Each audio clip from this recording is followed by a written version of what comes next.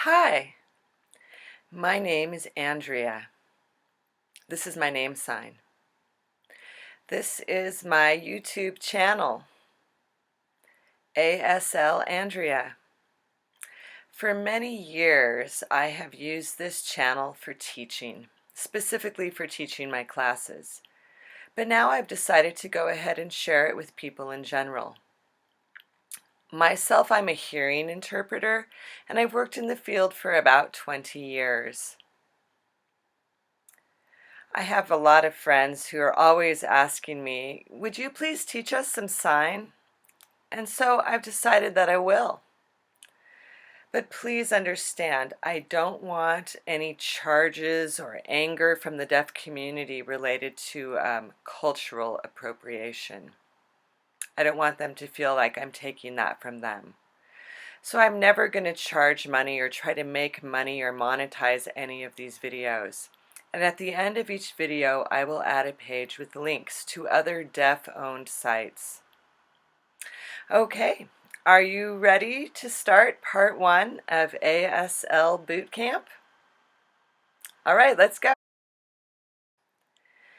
American Sign Language is not like English. It is not a signed equivalent of English.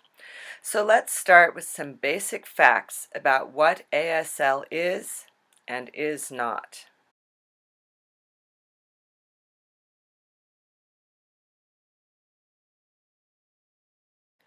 ASL is a whole and true language. It is not a rudimentary form of English, and it is not a visually encoded form of English. It is entirely its own thing. Sign languages are organic and arise naturally in populations where there is a critical mass of deaf people. That is why sign language is not international. Each country or region has its own signed languages. And again, American Sign Language is a complete language in which it is possible to express anything at all, including abstract ideas, technical information, lies, fantasy, and philosophy. Researcher William B. Stokoe proved that ASL was a complete language in the 1960s when he published his first American Sign Language dictionary. His work in sign language linguistics was accepted by the world at large by the mid-1970s. ASL grammar is visual-spatial and functions differently than the English grammar. English has a linear structure, with words laid out in a consecutive order, like a train track that pulls the sentence along, revealing more meaning with each word. In contrast, sign language grammar is three-dimensional, building meaning in the space a signer inhabits. ASL signs are 3D structures that require face and body interplay to complete the totality of a signed expression. Sign language lies on a spectrum. There are many types of signing systems. On one end of the spectrum is ASL, American Sign Language, a true and complete language whole unto itself. On the other side of the spectrum is English. The continuum in between them is populated by a variety of pigeon signing systems or artificially constructed sign systems like C-sign. As an interpreter, it is my job to assess a client's signing ability, decide where on the spectrum it lies, and then produce a message in accordance with that client's language use. Sign language is produced not only on the hands, but also using the whole face and body to convey meaning. All the parts of sign language not expressed with the hands are called non-manual markers, and they are as much a part of the language as the hand shapes most people are familiar with. Finally, language is an inherent part of culture, and this is just as true when it comes to the deaf and their language. Deaf culture refers to the common experiences, values, traditions, language, and community shared by many deaf individuals. You may have noticed that sometimes the word deaf is capitalized and sometimes it is not. So what is the difference between deaf and big D deaf? People who use sign language consider themselves part of deaf culture and capitalize the D in deaf. For them, deafness is a cultural identity and a positive attribute. The important thing to remember is that not all deaf people are deaf. Before I show you any signs, let's go over some basic tips for a deaf encounter. First, be patient. This conversation is not going to go as quickly as a spoken one. 2. Do not pretend to understand. Deaf people know when you don't, and pretending that you do defeats the purpose of trying to communicate in the first place. 3. Do not assume the deaf person can read your lips. Maybe they can, and maybe they can't. But even the best lip readers have a 30% margin of error. I can tell countless funny stories and not so funny stories about misunderstandings related to lip reading. And finally, respect their choice of modality, whatever it is. They might let you know that it's okay to speak, and they will do their best to read your lips. Or perhaps they prefer texting, or note writing, or having an interpreter, or something else. But whatever it is that they indicate, you should respect that decision. Deaf people know which is the best way for them to communicate, so follow their lead. While interacting with the deaf person, it is important to give the signer your full attention. Do not multitask during the conversation. Also, eye contact is important in ASL. Try to maintain eye contact for the duration of the exchange. Deaf people are searching your face for meaning, and they are astute readers of nonverbal cues. So face them and try not to turn or look away until the conversation is over.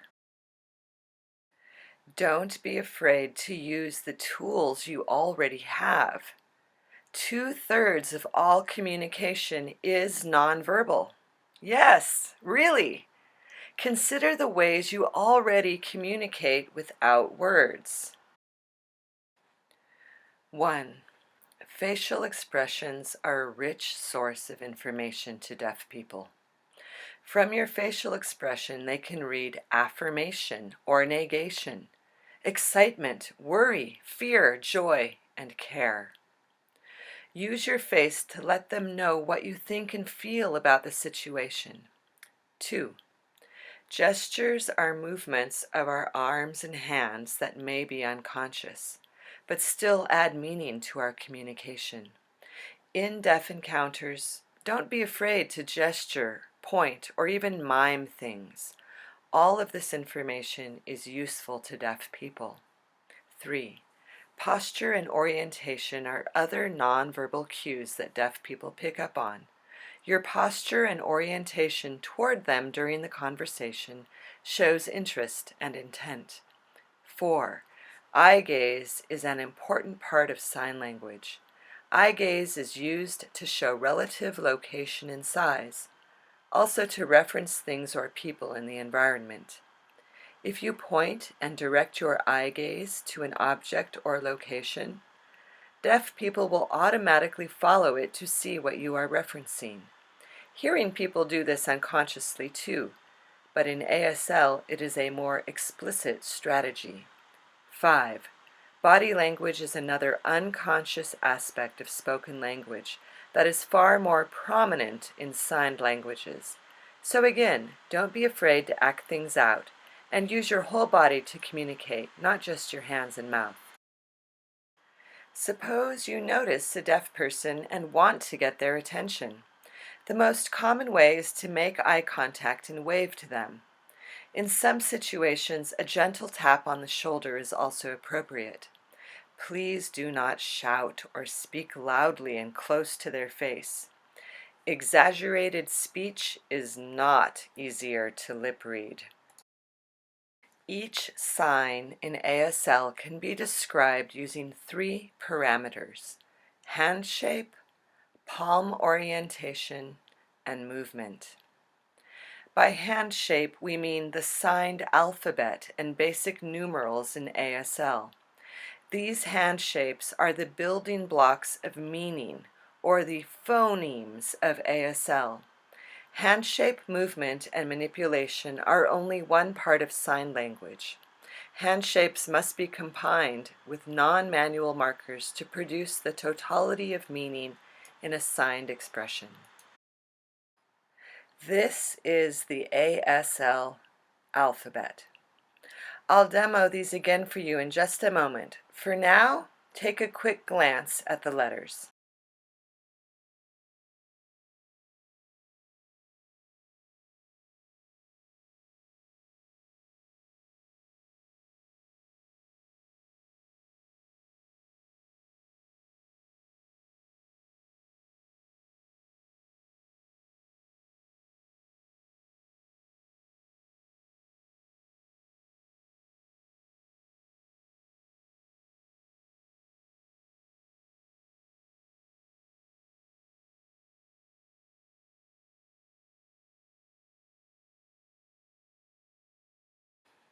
A, B, C, D, E, F, G, H, I, J, K, L, M, N, O, P, Q, R, S, T, U, V, W, X, Y, and Z. 1, 2, 3, 4, 5, 6, 7, 8, 9, 10, 11, 12, 13, 14, 15, 16, 17, 18, 19, and 20. Before you go, I want to let you know about a wonderful YouTube channel. It's called ASL That, and it's run by a deaf teacher named Chris, and Chris is awesome. I recommend everything on his channel, but if you want to look at ABCs and numbers between 1 and 30, I recommend these links. Thanks for watching.